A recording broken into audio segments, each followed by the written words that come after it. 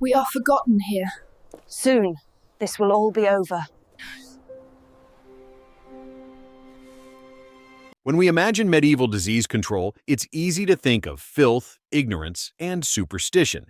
People walking through filthy streets, doctors wearing creepy bird masks, and leeches passed off as medicine.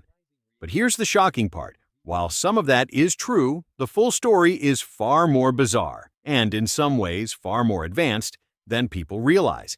Yes, medieval people believed in curses and bad air. Yes, their understanding of germs was practically zero.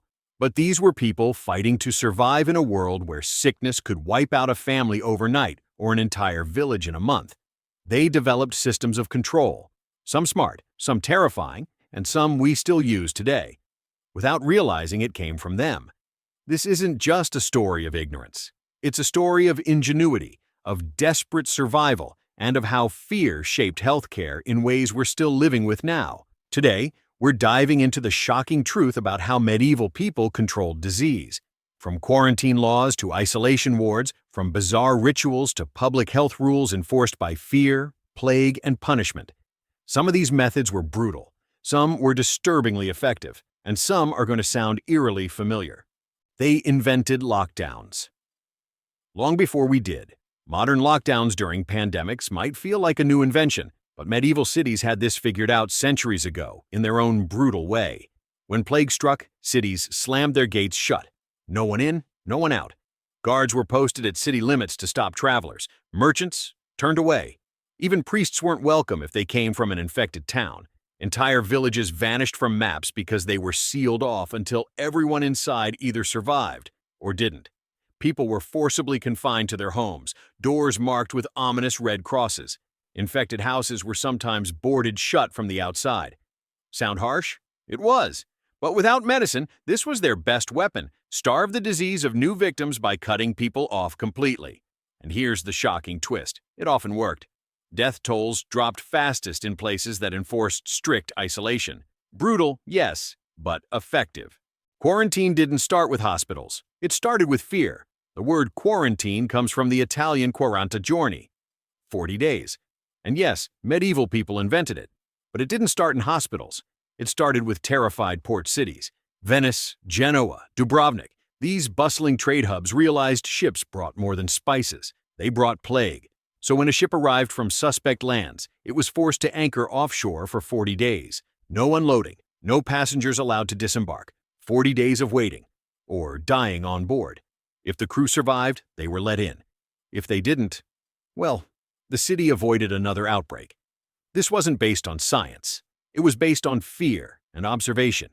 But it became official law, and it worked so well it became the foundation for modern disease control. Quarantine started not in hospitals, but floating offshore, surrounded by rats and corpses. Medieval cities had health inspectors, sort of. Forget clipboards and lab coats. Medieval cities had their own version of health inspectors, and they were feared. These weren't scientists. These were officials tasked with sniffing out sickness, literally. In plague years, city leaders appointed watchers to patrol streets, monitor households, and check on the sick. If a house showed signs of infection, it was marked. If someone died, they reported it. They had authority to forcibly remove the ill, confiscate belongings, and even burn homes suspected of harboring plague. In some places, these inspectors carried long poles to keep the sick at a distance, or to prod bodies to see if they were truly dead. Their job was part detective, part undertaker, part enforcer. They didn't always understand how disease spread, but they understood this. Sickness followed patterns, and they were there to break them. Today, we sanitize and isolate. Back then, they burned, banished, or sealed people in. Waste management wasn't about cleanliness. It was about survival. Medieval streets were famously filthy. Chamber pots emptied into alleys.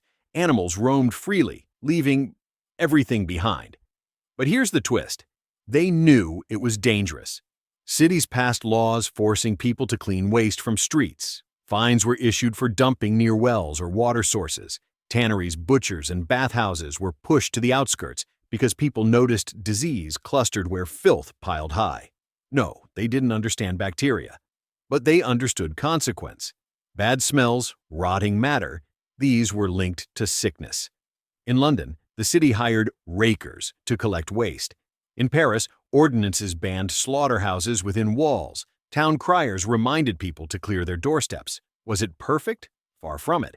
But beneath the grime, medieval people were already laying the groundwork for public sanitation, not because they cared about aesthetics, but because they feared what filth brought with it.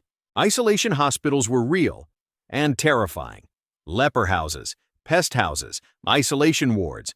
These weren't medieval myths. They were real, and they were grim. Anyone suspected of carrying contagion was often removed from their home and dumped into these facilities. Leprosy patients in particular were forced into lifelong exile. Marked with bells or distinctive clothing, they lived in special hospitals on the outskirts of towns. Pest houses sprang up during plagues. These weren't hospitals in the modern sense. They offered little more than a bed, a roof, and a slow, lonely death. Care was minimal because caretakers feared catching the sickness themselves. Patients might be locked inside, their doors nailed shut. Supplies were dropped at the threshold. Survival rates? Abysmal. But the thinking was clear.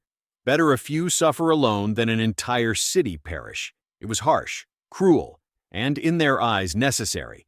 Medical treatments were often pure horror. We laugh today at leeches and bleeding cups, but for medieval people these weren't jokes. They were desperate attempts to survive. The theory of the time said illness was caused by imbalances of humors: blood, phlegm, yellow bile, and black bile. So, treatments aimed to purge, balance, or extract these. That meant bloodletting, vomiting, or even attaching leeches. One popular cure for plague? Shaving a live chicken's backside and strapping it to the patient's swollen lymph nodes. The idea? The chicken would draw out the sickness. If that didn't work, doctors prescribed mixtures of crushed emerald, mercury, or arsenic. Yes, poison as medicine. Behind all this was terror. They didn't understand infection, but they understood death was close, so they tried anything, however horrific. Sometimes it seemed to work. More often, it didn't.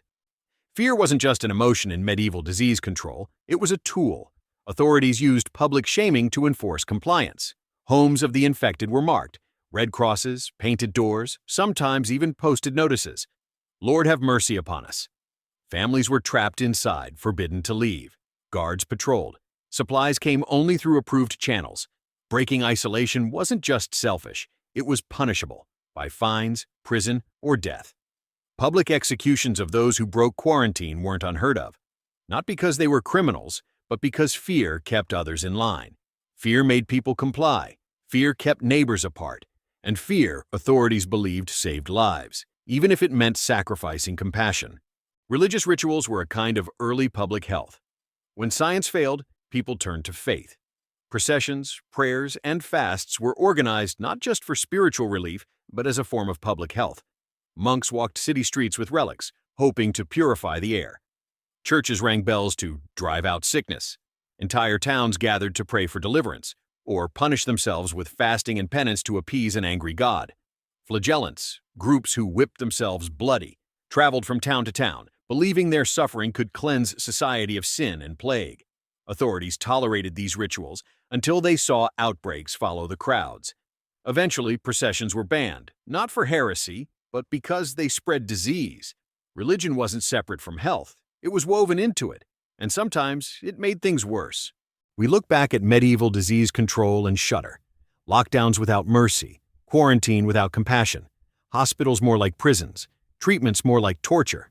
But beneath the horror lies something surprising: the beginnings of modern public health. Quarantine, sanitation, isolation, monitoring outbreaks. These weren't born in labs or through careful study. They were born in desperation, through pain, fear, and necessity. And here's the real shock. Some of their methods worked. Not because they understood microbes, but because they understood people. Fear spreads faster than plague, and fear can save lives, at a cost. Today we wear masks, we isolate, we track outbreaks. The echoes of medieval disease control are still with us, haunting our hospitals, shaping our laws, lurking beneath our science.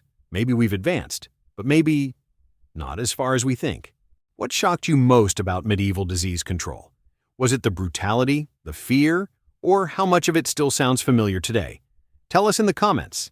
And if you want more untold stories of history's darkest moments, make sure you like, subscribe, and hit the bell, because the past isn't done surprising us.